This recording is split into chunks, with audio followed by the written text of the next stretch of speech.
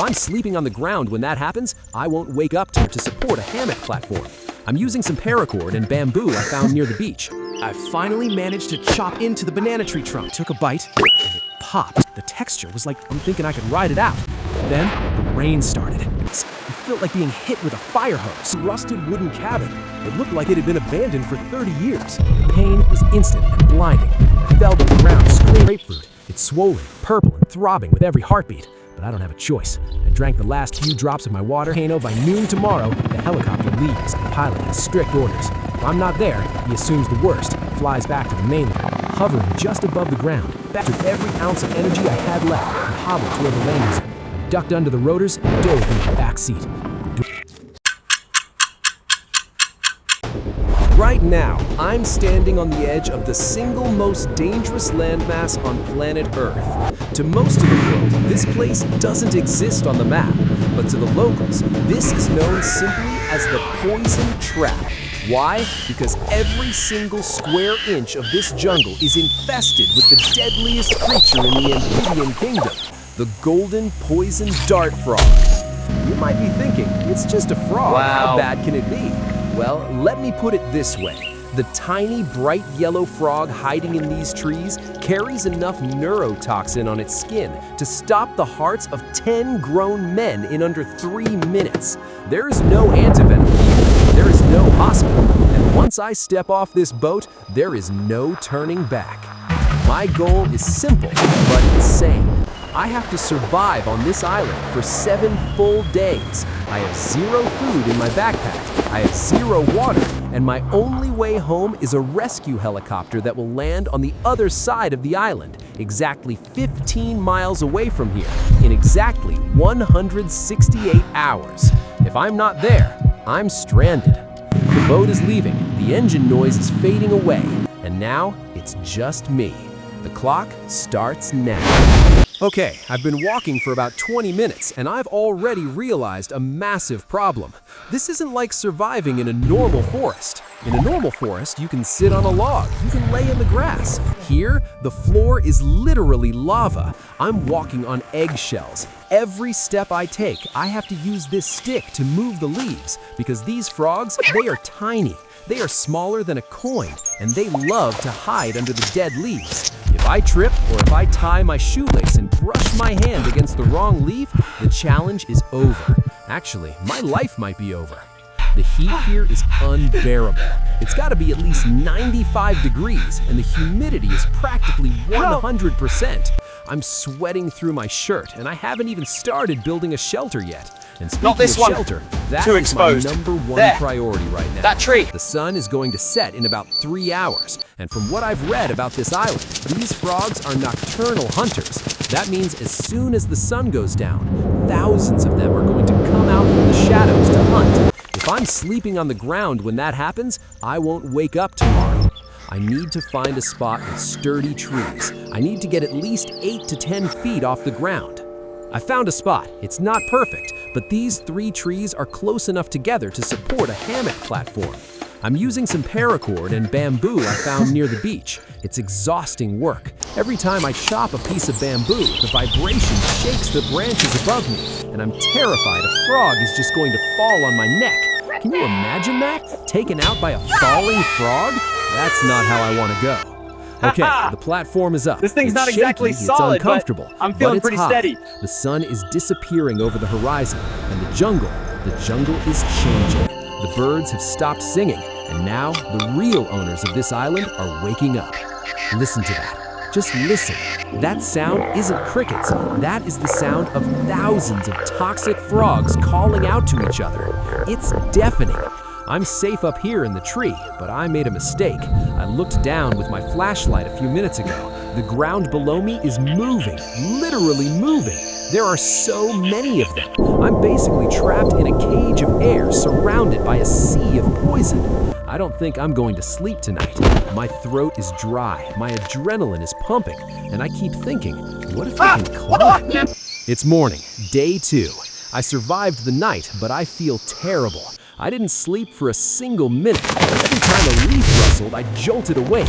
But lack of sleep isn't what's going to kill me. It's the thirst. I haven't had a drop of No water in over Not a drop! 24 hours. I'm dying out here! The human body can go 3 weeks can last you without 3 food, weeks. but only But water, 3 you days only have without 3 water. days. And in this heat, I probably have until tomorrow before I start hallucinating. I need to move. I need to find a water source, but moving is dangerous. I'm tired, my legs are shaky, and shaky legs lead to accidents. I've been trekking for 2 hours. I found a stream, finally. But wait, look at this. This is a nightmare. I can't drink this. Look at the water. It's teeming with tadpoles. If the frogs are breeding here, the water is contaminated with their slime and biological waste. Boiling it might kill the bacteria, but it won't remove the chemical toxins. If I drink this, my kidneys will shut down. I'm stuck So here I am, I'm completely surrounded stranded. by water I can't drink. This is There's the no way irony out. of survival. Nature gives you what you need, but sometimes it traps it behind a wall of death. I have to keep moving. I saw some banana trees on the ridge earlier. If I can cut down a trunk, there might be some water trapped inside the fibers. It's a long shot, but it's the only shot I have. I finally managed to chop into the banana tree trunk. It took everything I had left in me. I squeezed the fibers and liquid came out.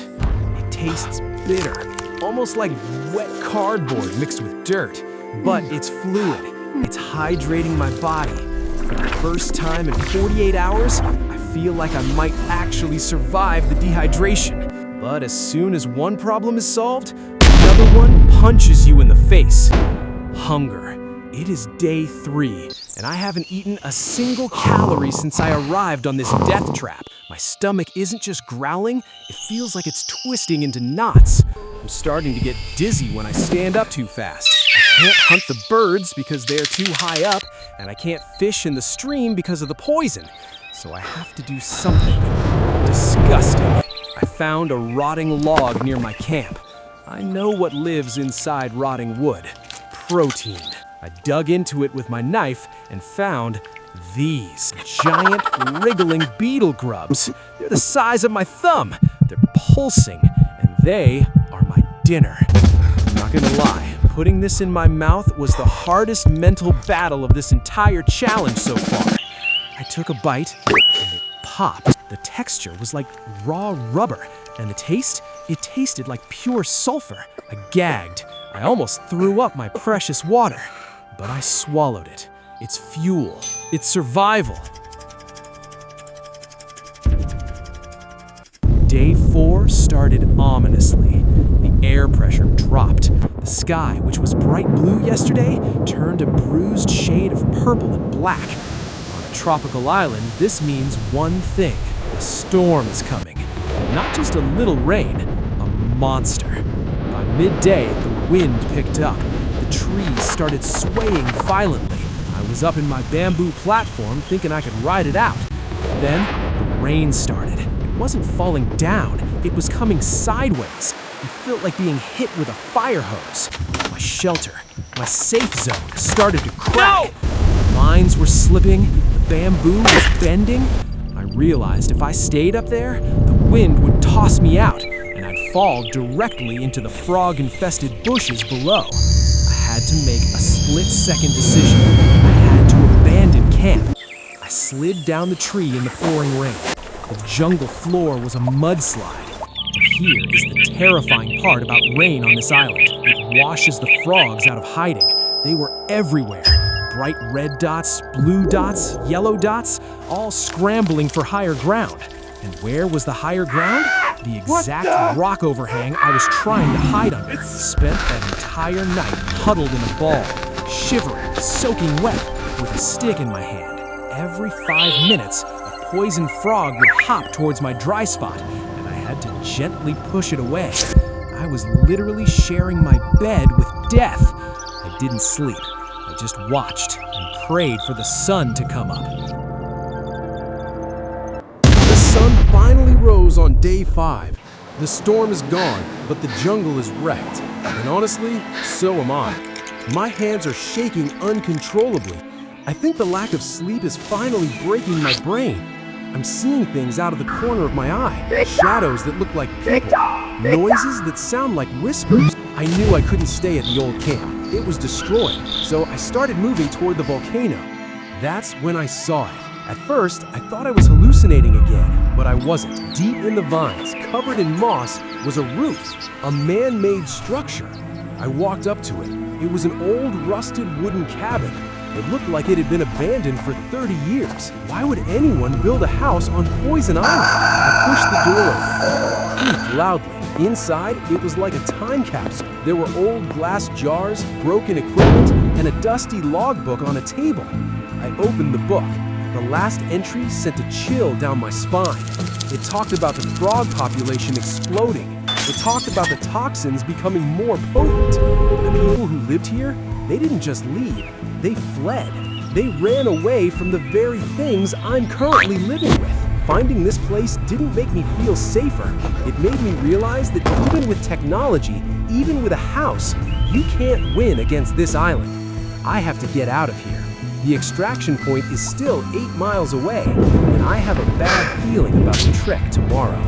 I left the cabin at sunrise on day 6. I wanted to get as much distance as possible before the heat of the day kicked in, but the jungle had other plans. The terrain changed from flat forest to jagged, moss-covered rocks. I was moving fast, too fast. I was so focused on looking for frogs that I stopped looking at where I was stepping, and then it happened.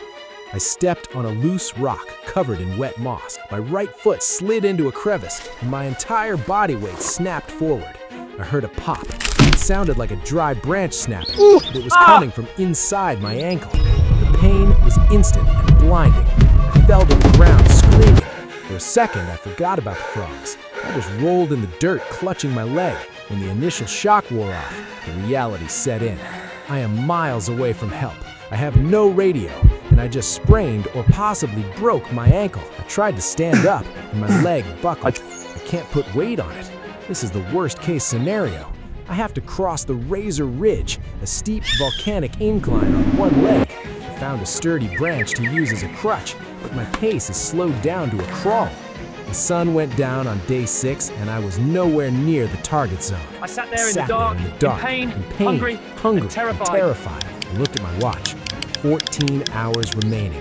If I am not at the peak of the volcano by noon tomorrow, the helicopter leaves. The pilot has strict orders. If I'm not there, he assumes the worst, flies back to the mainland. Day 7. The final day. I woke up before the sun. My ankle is the size of a grapefruit. It's swollen, purple, and throbbing with every heartbeat. But I don't have a choice.